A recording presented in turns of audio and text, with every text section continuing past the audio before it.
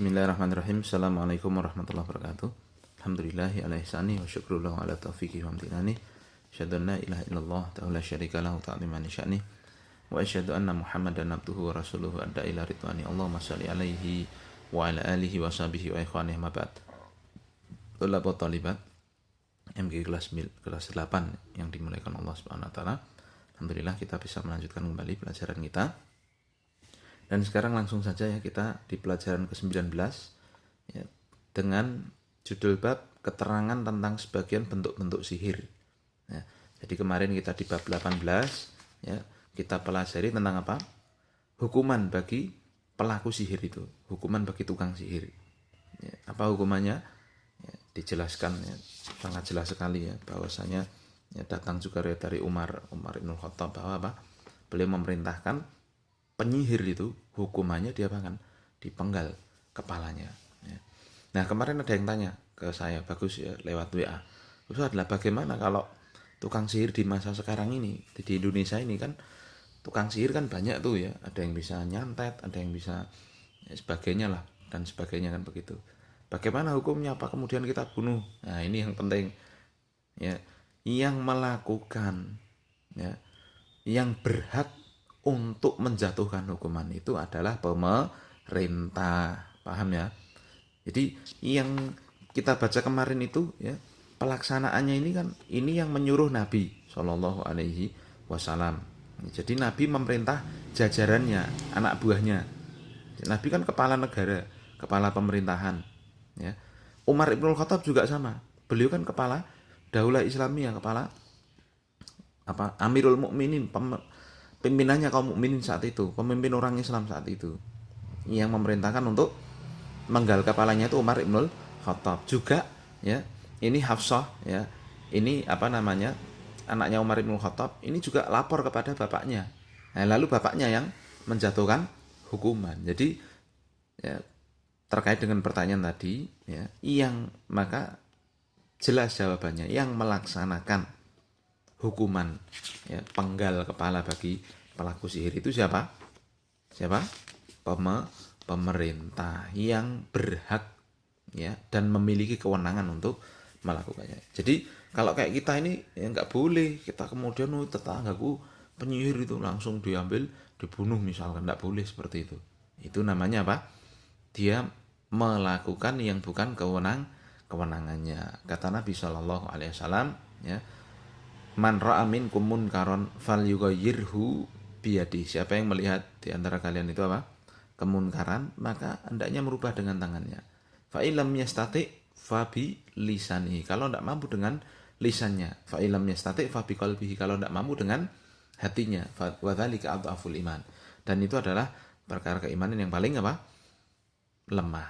Ya, maka di situ para ulama menerangkan, kalau mau merubah dengan tangan, yaitu dia harus punya kewenangan. Nah, membunuh, menjatuhi hukuman mati, itu kewenangannya pemerintah, itu bukan perkara yang sembarangan. Lalu bagaimana sikap kita? Yaitu kalau tidak bisa dengan lisan, kalau memang bisa kita dakwai. Kalau tidak bisa, kalau takut ya kita kasih tahu tetangga-tetangga kita kasih tahu keluarga kita bentengi diri kita. Ya. Atau kita lapor, yang paling bagus ya. Para ulama menyebutkan jalan tengahnya kalau iklimnya seperti di Indonesia ini, hukumnya seperti di Indonesia ini, bagaimana kita lapor kepada yang berwajib, lapor polisi ya. Pak itu tetangga saya dukun itu Pak, dia begini. Oh ya, insya Allah nanti polisinya akan bergerak ya, paham itu ya. Nah kalau di Saudi lapor ya langsung diciduk polisi ya, bisa langsung dipenggal itu, ngelundung kepalanya kalau di Saudi ya. Kalau di Indonesia paling ya di penjara dan sebagainya. Tapi al-muhim kita telah melaksanakan hak dan kewajiban kita dengan benar. Jadi tidak boleh ya, baca pelajaran kemarin itu kan ada yang tanya, bagus sekali itu ya. Tetangganya kalau misalkan dukun dibunuh nggak boleh. Ya. Nah, ya lapor kita bisanya begitu. Ya. Tapi paham ya? Nah, bukan kemudian apa? Wah, umat Islam kalau dibegitukan berarti jirih dan sebagainya, bukan. Tapi ini masalah apa? Syariat. Kita syariat Islam itu ya ada hak, ada kewenangan, ada kewajiban, harus sesuai. Nah, paham ya? Jadi pelaksanaannya itu apa? Pemerintah.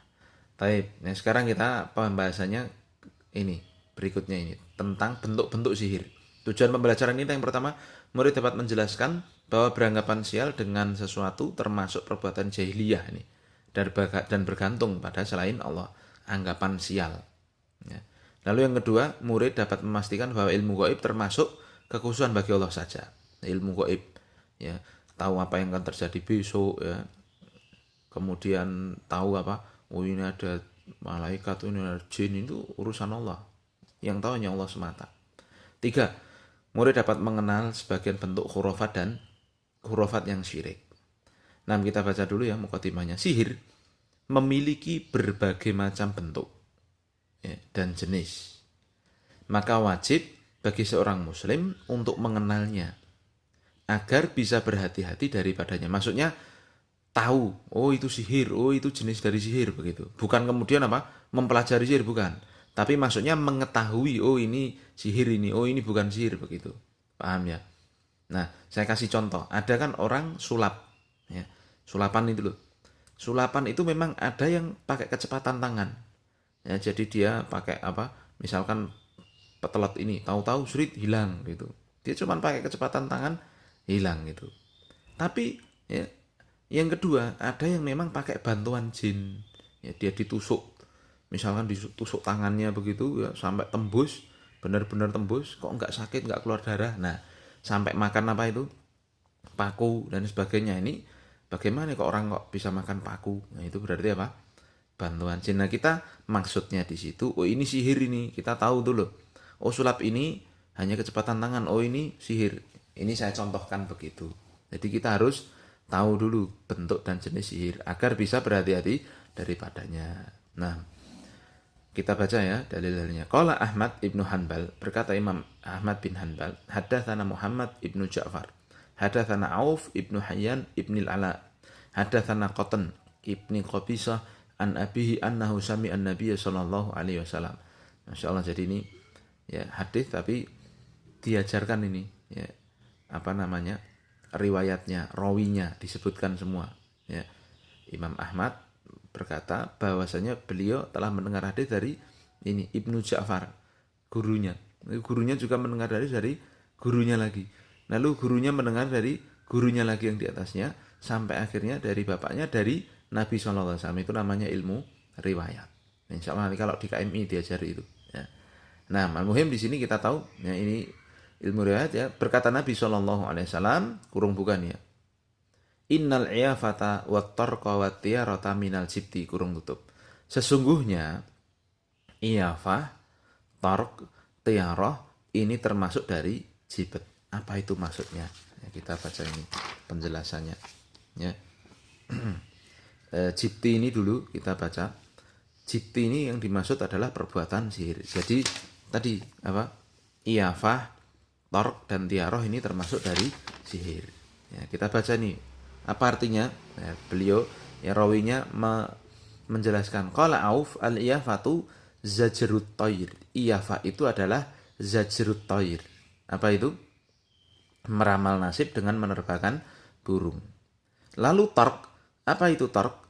Al-khattu yakhuttu bil ardi. Yaitu apa? Meramal nasib dengan cara menggaris di tanah. Ya. Wal jibtu qala al-Hasan ya, rannatus syaitan. Sedangkan kalimat jib ya, jib ya, itu artinya adalah rannatus syaitan. Suara setan, serulingnya setan. Ya. Sanatnya jayyid. Jadi ini penjelasan apa itu iyafah, apa itu tarq. Nanti tiarah ya yang saya jelaskan berikutnya. Wali Abi Dawud wan Nasa'i wa Ibnu Hibban fi sahihi wal musnadu minhu. Ya, diriwayatkan pula oleh Imam Abu Dawud, An-Nasa'i dan Ibnu Hibban dalam sahihnya secara bersambung dari Qabisah tadi ya. Naam. Baik ya, kita sekarang masuk pokok pembelajarannya. Kata Nabi SAW, iyafah, turuk, tiarah termasuk perbuatan sihir. Nabi SAW menerangkan dalam hadis di atas itu ya, bahwa 3 perkara itu termasuk sihir. Yang pertama kita jelaskan ya satu persatu. Al-iyafah. Apa itu iyafah? Yaitu menyebut-nyebut burung, yaitu mengharap kebaikan dengan nama-nama burung dan suaranya serta burung yang terbang melintas di atasnya. Ini bagaimana sih? Ini lihat nih. Dulu orang-orang Arab melakukan hal itu dalam rangka untuk menentukan kesialan atau kebaikan. Sehingga ketika mereka mau melakukan suatu seperti misalkan ya, pergi atau berdagang misalkan, mereka mendatangi satu tempat ya untuk melepaskan seekor burung. Jadi kalau mereka mau safar gitu, mereka datang ke satu tempat lalu melepaskan burung ini. Lalu mereka meneriaki kaki burung itu agar terbang. Nah, apabila burung itu terbang ke arah kanan, maka mereka yakin adanya keberuntungan. Jelas ya. Sehingga mereka melakukan perkara yang ingin dikerjakan. Ya. Jadi kalau mau safar, burungnya tadi dilepas kok terbang ke kanan, oh berarti ini alamat baik ini. Kita safar gitu. Paham? Tapi apabila burungnya terbang ke arah kiri, maka mereka beranggapan sial. Sehingga mereka membatalkan perkara yang diinginkan. Oh, kalau mau safar ya kok ternyata burung yang dilepaskan terbangnya ke kiri, wis ra sida weh. Ya ini tanda sial. Paham? Ini yang dimaksud dengan apa? Iyafah. Nah, kata Nabi Shallallahu alaihi wasallam, maka Nabi Shallallahu alaihi wasallam ya membatalkan kebiasaan jahiliyah ini. Ya, Nabi mengatakan ini batil. Ini kebiasaan menerbangkan burung seperti adalah kebiasaan yang batil itu. Dan beliau mengajarkan sholat istikharah dan menyerahkan semua urusan kepada Allah Ta'ala. Maka Nabi sebagai solusi, jangan kalian nerbangin burung itu. Tapi apa? Diganti dengan istikharah. Paham ya? Nah ini dia yang perlu kita kasih garis bawahi. Nabi SAW memberikan solusi. Ya, jadi ya iyafah ini dilarang. Ini kesyirikan. Paham? Lalu yang kedua, at-turq. Apa itu? Yaitu ya yang digariskan di atas tanah oleh seorang tukang ramal, pendusta, yang menyatakan mengetahui perkara yang gaib. Termasuk dalam perkara ini adalah membaca telapak tangan dan bejana. Ya, jadi apa? Orang datang ya ke telapak ke tukang sihir lalu dilamar, oh ini telapak tangan itu udah garisnya ini nasibnya akan begini begini. Nah, ini ya kesyirikan, paham? Termasuk pula apa? Kalau garis-garisnya di tanah. Kalau ini tadi kan di tangan, ini di tanah. Sama aja. Jadi membaca nasib, meramal dengan apa? Garis yang ada di tangan ataupun di mana? Tanah, garis-garis tanah itu kesyirikan. Atau melihat bejana. Apa? Ada piring itu lalu dilukis-lukis, dikasih garis-garis, ini nasib kok akan begini. Itu kesyirikan. Paham? Lihat, ilmu gaib hanya Allah saja yang mengetahui. Allah berfirman, "Qul la ya'lamu man fis samawati wal ardil ghaiba illallah." Jelas sekali ini. Katakan, tidak ada yang mengetahui, baik di langit maupun bumi itu tidak ada yang mengetahui perkara yang gaib kecuali Allah semata. Jadi semua yang ada di bumi siapa? Semua makhluk kan, dari para nabi, manusia, semua tidak ada yang tahu. Yang ada di langit siapa? Malaikat dan semuanya tidak ada yang tahu perkara gaib kecuali hanya Allah saja. Jadi kalau ada orang ngomong, besok akan terjadi ini, itu ramalan itu. Ini syirik itu. Ya. Nah, kalau ada kemudian kiamat akan terjadi tanggal sekian, nah itu jelas sekali itu kesyirikan. Tidak ada yang tahu gaib kecuali Allah. Nah, lalu ada yang bertanya, kalau apa? Misalkan ada yang bertanya, ramalan cuaca bagaimana? Nah, ini beda urusan. Pernah kita bahas dulu kan? Kalau ramalan cuaca pakai ilmu ya. Nah, itu masuknya astronomi, bukan termasuk kesyirikan ya. Taib. Jadi ini insya Allah ini jelas ya perkara dukun ini. Lalu yang ketiga, tiaroh. Apa itu tiaroh? Yang beranggapan sial dengan burung atau yang lainnya, seperti meyakini bahwa burung hantu ketika melewati satu rumah dan mengeluarkan suara, maka diyakini akan ada yang meninggal dari anggota rumah itu, rumah yang dilewati burung hantu itu. Nabi SAW memperingatkan bahwa itu kesyirikan. At-tiyaratu syirkun. Anggapan sial dengan burung itu adalah kesyirikan. Ya, jadi rumahnya kalau dihinggapi burung ini, oh ini akan membawa berkah ini. Kalau dihinggapi burung, oh ini celaka ini. Ini akan membawa kesialan ini. Ya, maka ini hukumnya apa? Syirik. Tiaroh dihukumi syirik karena adanya ketergantungan hati kepada selain Allah. Dengan demikian jelaslah bagi kita bahwa iyafah, turuk dan juga tiaroh yang dijelaskan oleh Nabi itu termasuk sihir. Karena sihir adalah nama. Ini tolong kasih garis bawahannya. Kok dimasukkan sihir kenapa? Nah ini dia. Karena sihir adalah nama untuk sesuatu yang tersembunyi dan lembut sebabnya. Ya. Nah, dan bersandar kepada tiga perkara ini termasuk bersandar kepada sesuatu yang tersembunyi. Paham ya?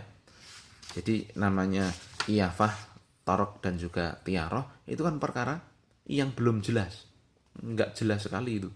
Benar atau enggaknya. Maka kalau bersandar pada itu, ya dia berarti bersandar kepada sesuatu yang tersembunyi. Berarti dia bersandar kepada sihir tadi. Nah, kemudian Nabi SAW ya mengatakan ya dengan jelas sekali innal iyafata wa tarqa wa tiarata minal jibti. Tiga perkara itu termasuk dari jibet. Apa itu jibet ya? Jibti adalah ronatu syaiton, suaranya setan. Penafsiran Al-Hasan rahimahullah merupakan penafsiran tentang makna jibti dengan sebagian bentuknya. Ronatu syaiton adalah suara setan. Dan ditafsirkan bahwa suara setan adalah semua suara yang mengajak kepada kebatilan dan semua suara yang diharamkan seperti suara orang yang meratapi kematian, suara musik dan suara yang melalaikan lainnya. Allah mengatakan ya mohon maaf ada yang ganjal di apa namanya tenggorokan. Wastafziz manistata'ta minhum bisautika. Wastafziz ya, dan nasunglah.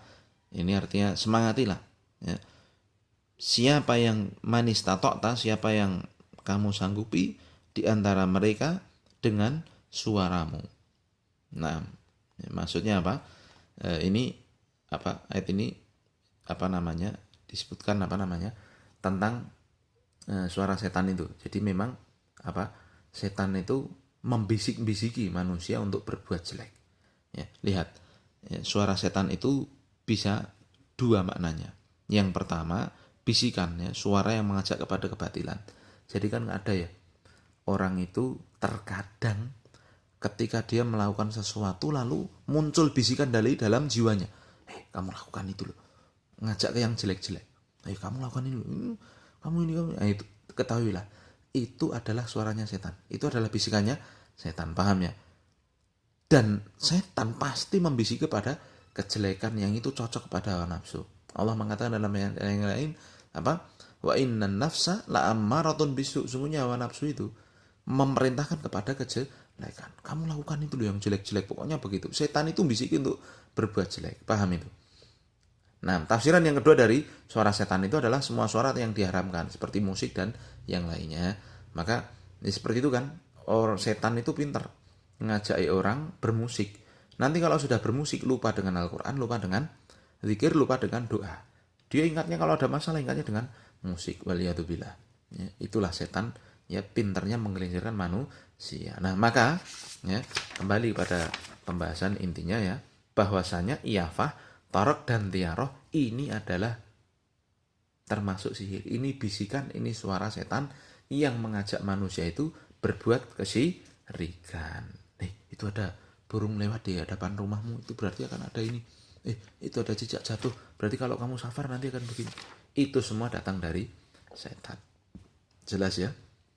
Nah, maka ya inilah yang bisa, ini salah satu bentuk jenis sihir yang harus kita ketahui. Nah, evaluasinya tolong dikerjakan di satu buku ya. Nanti insya Allah kalau masuk buku tugasnya itu saya minta begitu. Ya. Nah, ya kita akhiri ya, pembahasan kita pada bab ini, semoga dipahami dan bisa diamalkan dalam kehidupan kita, menjauhi semua suara setan ya. Subhanakallahumma wa bihamdika asyhadu an la ilaha illa anta astaghfiruka wa atubu ilaik. Assalamualaikum warahmatullahi wabarakatuh.